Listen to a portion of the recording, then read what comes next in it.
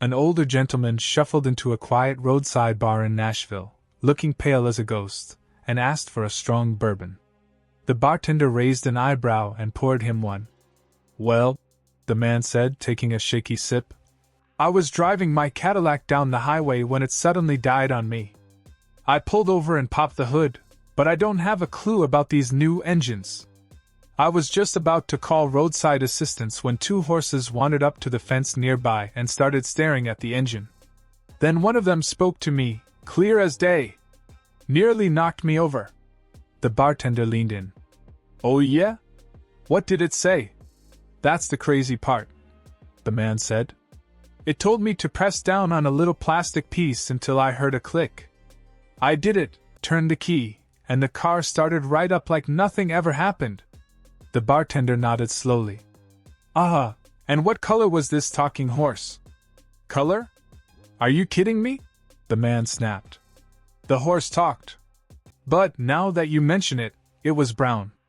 "Figures," the bartender said, wiping down a glass. "Good thing it wasn't the white one. She doesn't know a thing about fixing Cadillacs."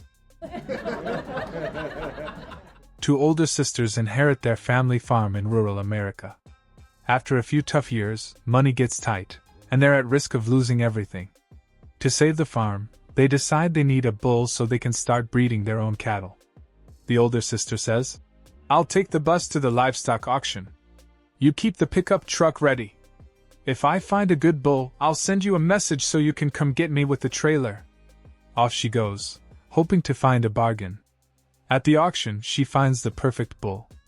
The seller says, "Price is $599. Take it or leave it."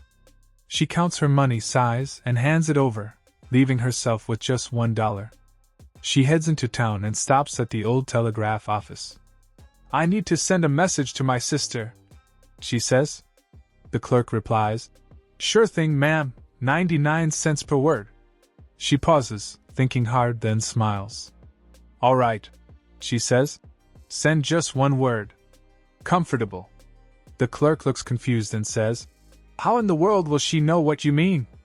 The sister grins and says, "Oh, she'll figure it out. She's not the fastest reader, so she'll sound it out nice and slow. Comfortable." Jim needed to fix a squeaky door and realized he was one hinge short, so he sent his wife Carol down to Henderson's Hardware. While she waited for the owner, Frank, to finish ringing up another customer, she noticed a gorgeous silver teapot perched on the top shelf behind the register. When Frank finally came over, she pointed up at it and asked, "How much is that beautiful teapot?" Frank glanced up and said, "That one's solid silver, Carol. $300. "Good gracious," she said, fanning herself a little. "That is quite the price tag." She went ahead and described the hinge Jim needed, and Frank headed off into the back stockroom to hunt one down. A moment later, his voice echoed out from the storeroom. "Carol? You want to screw that hinge?" Carol grinned and called right back, "No, Frank, but I'll make you a deal on the teapot." My neighbor Ray decided one summer that he was going to build himself a backyard patio. He bought 100 cement blocks, hauled them home, and started laying them out, only to discover the area he'd chosen was too small. So he stacked all the blocks back against the house and cleared out more space. The next day, he brought the blocks back out, got to laying them again, and found that the ground was too uneven to keep things level. So he stacked them all back again and ordered a truckload of sand for the morning. Come morning, he stacked the blocks up against the house one more time to wait for the delivery. I'd been watching all of this from my kitchen window, and when Ray came outside that afternoon I leaned over the fence and said, "Ray, are you planning on putting your patio away every night?" A wagon train had gotten itself hopelessly turned around somewhere on the Great Plains, and the food supply was running dangerously low. Scouting ahead, the trail boss spotted an old Norwegian settler resting under a lone cottonwood tree. He rode over and called out, "Excuse me, friend, do you know if there's any food to be had anywhere near here?" The old Norwegian thought for a moment and then said, "Well, I wouldn't go that way if I were you. There's a big bacon tree right over that hill." The trail boss blinked. A bacon tree? Yeah. So I couldn't go that way. Well, the trail boss figured that sounded just about too good to pass up.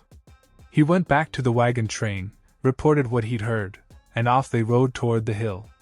Over the hill they went, and then over the next, right into an ambush. They were surrounded and taken captive, all except the trail boss, who managed to ride hard back to the Norwegian. Dusty and furious, he shouted, "There was no bacon tree! Just an ambush! We lost everything!" The old Norwegian's eyes went wide. He reached slowly into his coat pocket, pulled out a battered old Norwegian English dictionary, and flipped through it carefully. Then he looked up and said, "Oh, I am so sorry, friend. It was not a bacon tree." He paused. "It was a ambush." A nun woke up one morning and started making her way through the convent looking unusually grumpy. The first nun she passed smiled and said, "Looks like somebody got out of the wrong side of the bed today." The nun frowned but carried on walking. A little farther down the hallway, another nun looked at her and said exactly the same thing. "You must have gotten out of the wrong side of the bed this morning." Now she was getting irritated. Then a third nun said it. And a fourth. And a fifth. By now she was absolutely furious. She marched straight into the Mother Superior's office and snapped, "Before you say one word, don't tell me I got out of the wrong side of the bed this morning." The Mother Superior looked at her calmly and replied, "I wasn't going to say that at all. I was simply going to ask why you're wearing the bishop's slippers." A supermarket worker was stocking the vegetable aisle when a woman walked over and asked, "Excuse me, where do you keep the spinach?" The worker smiled politely. "Sorry, ma'am, we've sold out today. We'll have fresh spinach in tomorrow morning." She nodded and wandered off. 5 minutes later, she was back. "Hi again, could you tell me where the spinach is?" Trying to stay cheerful, he replied. "Like I said, we're completely out today, but there'll be more tomorrow." "Ah, okay," she said before disappearing once more. A few moments later. Tap, tap, tap. "Sir, do you know where I'll find the spinach?" Now losing patience, the worker sighed and said, "Ma'am, let me ask you something. How do you spell dog?" "D-O-G. Good. Now spell cat." "C-A-T.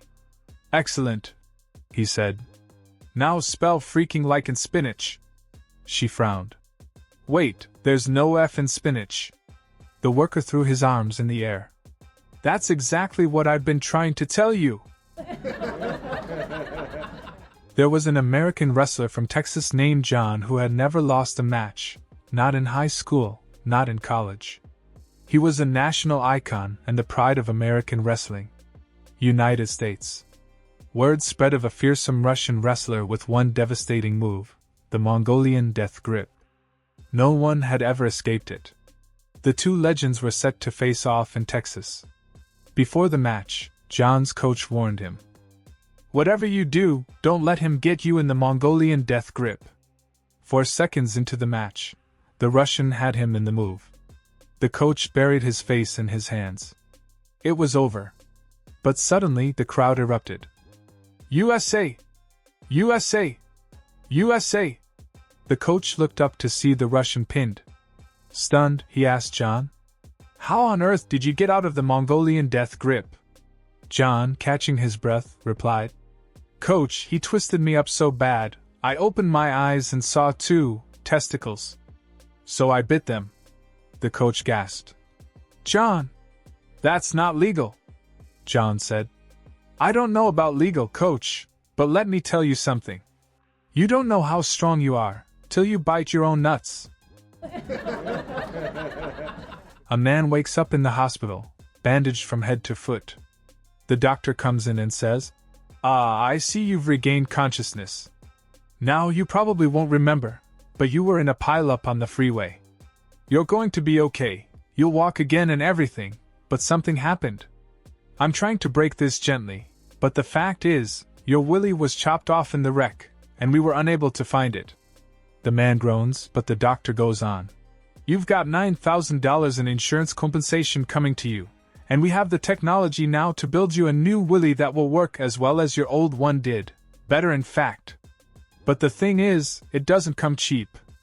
It's $1,000 an inch. The man perks up at this. So, the doctor says, it's for you to decide how many inches you want, but it's something you'd better discuss with your wife. I mean, if you had a 5-inch one before, and you decide to go for a 9-incher, she might be a bit put out. But if you had a 9-inch one before, and you decide only to invest in a 5-incher this time, she might be disappointed. So it's important that she plays a role in helping you make the decision. The man agrees to talk with his wife. The doctor comes back the next day. So, says the doctor, have you spoken with your wife? I have, says the man. And has she helped you in making the decision? Asked the doctor. She has, says the man. And what is it? Asked the doctor. We're getting a new kitchen. An old man is sitting on his porch when he sees a young boy walking down the street dragging something behind him. He calls out to the boy, "Hey, son, what have you got there?" To which the boy replies, "It's duct tape. I'm going to go catch me some ducks." The old man laughs and he calls out, "You fool, you can't catch ducks with duct tape." The little boy laughs and continues on his way, returning a few short hours later, and behind him, he is dragging 8 ducks, all wrapped up in the duct tape. The old man can't believe his eyes. The next day, the old man is sitting on his porch again, and along comes the little boy dragging something behind him. When the old man asks what he's got this time, the boy replies, "It's a spool of chicken. I'm going to catch some chickens in it." Well, the old man begins to laugh quite hard, telling the boy, "You fool, you can't catch chickens with chicken wire." The boy laughs himself and says back, "That's what you said about the duct tape." And he continues on his way, with the old man laughing like crazy. A few hours later, the old man is surprised to see the boy coming back and even more shocked to see that behind him he is dragging 10 chickens, all tangled up in the chicken wire. He can't believe his eyes again. The next day, the old man is sitting there wondering what the little boy will be up to next, and sure enough, he sees him coming down the street with something in his hand. He calls out to the boy, "Hey, son, what did you go there for today?" A mafia godfather finds out that his bookkeeper has cheated him out of $10 million bucks. His bookkeeper is deaf. That was the reason he got the job in the first place. It was assumed that a deaf bookkeeper would not hear anything that he might have to testify about in court. When the godfather goes to confront the bookkeeper about his missing $10 million, he brings along his attorney, who knows sign language. The godfather tells the lawyer, "Ask him where the $10 million bucks he embezzled from me is." The attorney, using sign language, asks the bookkeeper, "Where is the money?" The bookkeeper signs back, "I don't know what you are talking about." The attorney tells the godfather, he says he doesn't know what you're talking about. The godfather pulls out a pistol, puts it to the bookkeeper's temple and says, "Ask him again." The attorney signs to the bookkeeper, "He'll kill you if you don't tell him." The bookkeeper signs back, "Okay. Okay. You win. The money is in a brown briefcase, buried behind the shed in my cousin Enzo's backyard in Queens." The godfather asks the attorney, "Well, what did he say?" The attorney replies, "He says you don't have the balls to pull the trigger." Two socialites are conversing on the porch of a large white-pillared mansion. The first woman said, "When my first child was born, my husband built this beautiful mansion for me." The second woman commented, "Well, isn't that nice?" The first woman continued, "When my second child was born, my husband bought me that Ferrari you see parked in the drive." Again, the second woman commented, "Well, isn't that nice?" The first woman boasted, "Then when my third child was born, my husband bought me this exquisite diamond bracelet." Yet again, the second woman commented, "Well, isn't that nice?" The first woman then asked her companion, "What did your husband buy for you when you had your first child?" The second woman replied, "My husband sent me to charm school." "Charm school?" the first woman cried. "For heaven's sake, child, what on earth for?" Well, it comes in very handy. For example, instead of saying, "Who gives a damn?" I learned to say, "Well, isn't that nice?" Two female elementary school teachers took a group of first, second, and third graders on a field trip to the local horse racing track. When it was time for a bathroom break, they decided one teacher would take the girls while the other took the boys. The teacher supervising the boys waited outside the restroom when one little boy came running out and said, "Ma'am, none of us can reach the urinals." With no other choice, she went inside to help the boys by lifting each of them up so they could reach the urinal properly and go pee-pee. As she lifted the fourth little fellow up, she noticed he seemed unusually well endowed for a small child. Trying not to stare, she smiled and asked, "Well, now you must be in third grade?" The little fellow looked confused and replied, "No, ma'am. I'm the jockey riding the favorite in the next race. Thanks for your kind help." Once there were three men, Charlie, Mason and Buck, who were involved in a tragic car accident in which all three died. As they stood at the gates of heaven, St. Peter came up to them and said, "You will all be given a method of transportation for your eternal use around heaven. You will be judged on your past deeds and will have your transport chosen accordingly." St. Peter looked at Charlie and said, "You, Charlie, were a bad man. You cheated on your wife 4 times. For this, you will drive around heaven in an old beat-up Dodge." Next, St. Peter looked at Mason and said, "You were not so evil, but you still cheated on your wife 2 times. For this, you will forever travel around heaven in a Toyota station wagon." St. Peter finally looked at Buck and said, "You, Buck, have set a fine example. You did not have sex until after marriage, and you never cheated on your wife. For this, you will forever travel through heaven in a Ferrari." A short time later, Mason and Buck pulled up in their cars next to Buck's Ferrari, and there he is, sitting on the hood, head in hands, crying. "What's wrong, Buck?" they asked. "You got a Ferrari. You're set forever. Why so down?" Buck looked up, ever so slowly opened his mouth and cried, "I just saw my wife go by on a skateboard." A very proper businesswoman was browsing the lot of a local Mercedes dealership when one particular car caught her eye. After inspecting it for a while, she noticed the car was unlocked. She opened the door, leaned in to feel the soft leather seats, and just as she bent over, she let out a tiny fart. Being the refined businesswoman that she was, she straightened up, adjusted her suit, and quickly looked around to see if anyone had noticed. Sure enough, a salesman appeared right behind her. Trying to steer the conversation away from what just happened, she asked, "What's your best price for this model?" Without missing a beat, the salesman replied, "Well, ma'am, if you farted just by touching it, you're gonna poop when you hear the price." A traffic cop pulls over a speeding car. "Officer, my radar had you at 90 miles per hour, sir." Driver, "Oh no, officer, I had the cruise control set at 50. You must have a faulty radar gun." Without looking up from her cross-stitch, his wife, sitting next to him, says, "Now don't be silly, honey. This car doesn't have cruise control." The officer smiles at the wife and starts writing the ticket. The driver glares over at his wife. "Could you please keep your mouth shut for once?" The wife smiles sweetly and says, "Well, dear, you should be grateful your fancy radar detector went off, or you'd have been going 100. The officer pauses, smiles at the wife again, and then writes a second ticket for the illegal radar detector. The driver, now absolutely furious, growls at his wife. "God damn it, woman! Must you talk?" The officer frowns at the driver. "Sir, I see you're not wearing a seat belt. That's an automatic $75 fine." Driver, "Oh no, officer, I had it on, but took it off to get my wallet when you pulled me over." Wife, "Now come on, dear, you know you never wear a seat belt when you drive." The officer shakes his head and begins writing out ticket number 3. The driver loses it. "Woman, please just shut the hell up, you blabbermouthed hag." The officer shocked turns to the wife and asks, "Ma'am, does your husband always talk to you this way?" Wife, "Only when he's got a speak to do, officer."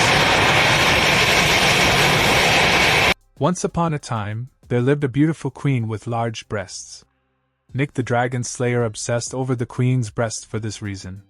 He knew that the penalty for his desire would be death should he try to touch them, but he had to try. One day Nick revealed his secret desire to his colleague, Horatio the physician, the king's chief doctor. Horatio thought about this and said that he could arrange for Nick to more than satisfy his desire, but it would cost him 1,000 gold coins to arrange it. Without pause, Nick readily agreed to the scheme. The next day, Horatio made a batch of itching powder and poured a little bit into the queen's brow while she bathed. Soon after she dressed, the itching commenced and grew intense. Upon being summoned to the royal chambers to address this incident, Horatio informed the king and queen that only a special saliva, if applied for 4 hours, would cure this type of itch, and that tests had shown that only the saliva of Nick would work as the antidote to cure the itch. The king, eager to help his queen, quickly summoned Nick to their chambers. Horatio then slipped Nick the antidote for the itching powder, which he put into his mouth, and for the next 4 hours, Nick worked passionately on the queen's breasts. The queen's itching was eventually relieved, and Nick left satisfied and hailed as a hero. Upon returning to his chamber, Nick found Horatio demanding his payment of 1,000 gold coins. With his obsession now satisfied, Nick couldn't have cared less and, knowing that Horatio could never report this matter to the king, and with a laugh told him to get lost. The next day, Horatio slipped a massive dose of the same itching powder into the king's underwear. We took some friends out to a new restaurant, and noticed that the waiter who took our order carried a spoon in his shirt pocket. It seemed a little strange. When the waiter brought our water and cutlery, I noticed he also had a spoon in his shirt pocket. Then I looked around and saw that all the staff had spoons in their pockets. When the waiter came back to serve our soup, I asked, "Why the spoon?" "Well," he explained, "the restaurant's owners hired Anderson Consulting to revamp all our processes. After several months of analysis, they concluded that the spoon was the most frequently dropped piece of cutlery. It represents a drop frequency of approximately 3 spoons per table per hour. If our staff are better prepared, we can reduce the number of trips back to the kitchen and save 15 man-hours per shift." As luck would have it, I dropped my spoon, and he was able to replace it with his spare. "I'll get another spoon next time I go to the kitchen instead of making an extra trip to get it right now." I was impressed. I also noticed that there was a string hanging out of the waiter's zip on his trousers. Looking around, I noticed that all the waiters had the same string hanging from their flies. So before he walked off, I asked the waiter, "Excuse me, but can you tell me why you have that string right there?" "Oh, certainly." Then he lowered his voice. "Not everyone is so observant. That consulting firm I mentioned also found out that we can save time in the restroom. By tying this string to the tip of you-know-what, we can pull it out without touching it, and eliminate the need to wash our hands, shortening the time spent in the restroom by 76.39%. I asked, "After you get it out, how do you put it back?" "Well," he whispered, "I don't know about the others, but I use the spoon." A doctor wanted to get off work and go hunting, so he approached his assistant. "Bob, I am going hunting tomorrow. I don't want to close the clinic. I want you to take care of the clinic and take care of my patients." "Yes, sir," answers Bob. The doctor goes hunting and returns the following day and asks, "So, Bob, how was your day?" Bob told him that he took care of 3 patients. The first one had a headache, so I gave him Tylenol. "Bravo, and the second one?" asked the doctor. "The second one had stomach burning and I gave him Maalox, sir," says Bob. "Bravo, bravo! You're good at this, and what about the third one?" asked the doctor. "Sir, I was sitting here and suddenly the door opened and a woman entered. Like a flame, she undressed herself, taking off everything, including her bra and her panties, and laid down on the table. She spread her legs and shouted, 'Help me! For 5 years I have not seen any man.'" "Thundering Lord Jesus, Bob, what did you do?" asked the doctor. "I put drops in her eyes." A policeman was interrogating 3 guys who were training to become detectives. To test their skills in recognizing a suspect, he shows the first guy a picture for 5 seconds and then hides it. "This is your suspect. How would you recognize him?" The first guy answers. "That's easy. We'll catch him fast because he only has one eye." The policeman says. "Well, that's because the picture I showed is his side profile." Slightly flustered by this ridiculous response, he flashes the picture for 5 seconds at the second guy and asks him, "This is your suspect. How would you recognize him?" The second guy smiles, flips his hair and says, "Ha! He'd be too easy to catch because he only has one ear." The policeman angrily responds, "What's the matter with you two? Of course only one eye and one ear are showing because it's a picture of his side profile. Is that the best answer you can come up with?" Extremely frustrated at this point, he shows the picture to the third guy and in a very testy voice asks, "This is your suspect. How would you recognize him?" He quickly adds, "Think hard before giving me a stupid answer." The third guy looks at the picture intently for a moment and says, "The suspect wears contact lenses."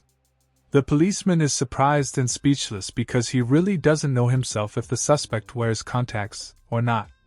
"Well, that's an interesting answer. Wait here for a few minutes while I check his file and I'll get back to you on that." He leaves the room and goes to his office, checks the suspect's file on his computer, and comes back with a beaming smile on his face. "Wow! I can't believe it! It's true! The suspect does, in fact, wear contact lenses. Good work! How were you able to make such an astute observation?" "That's easy," the third guy replied. "He can't wear regular glasses because he only has one eye and one ear." A store that sells husbands has just opened in London, where a woman may go to choose a husband.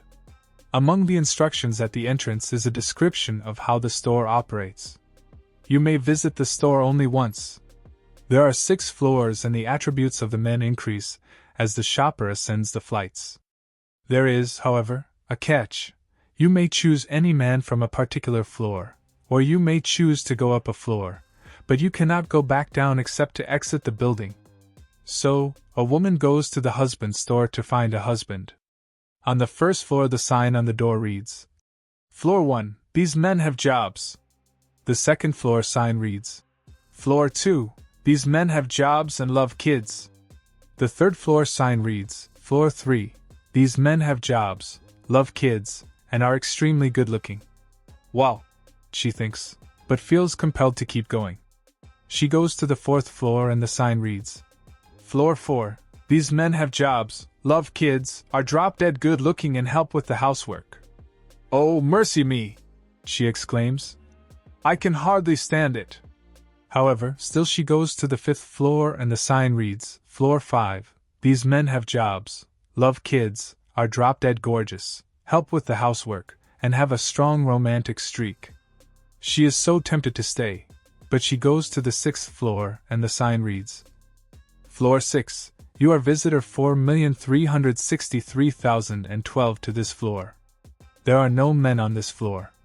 This floor exists solely as proof that women are impossible to please. Thank you for shopping at the husband's store. Watch your step as you exit the building, and have a nice day." An elderly man accidentally rear-ends a guy driving a pricey European sports car. Enraged, the driver jumps out and storms over to the old man. "Look what you've done to my car! You're going to give me $10,000 right now, or I'll beat you to a pulp." The old man, trembling, says, "Oh my! I don't have that kind of money. Let me call my son. He trains dolphins, and he'll know what to do." "Dolphins?" the angry driver scoffs, rolling his eyes. The old man pulls out his phone, dials his son, and just as his son picks up, the enraged driver snatches the phone out of the old man's hands. "So, you're a dolphin trainer, huh?" the irate man yells. "Well, your old man just rear-ended my car, and I need $10,000 right now, or I'll beat both of you into the ground." "I'll be there in 10 minutes, comes the calm response from the other end. Exactly 10 minutes later, a Jeep pulls up. A tall, tough-looking guy hops out, marches over, and proceeds to utterly pulverize the bully, leaving him crumpled on the side of the road. When he's done, the man walks over to his father, shakes his head, and says, "For the last time, Dad, I train seals. Navy SEALs. Not dolphins."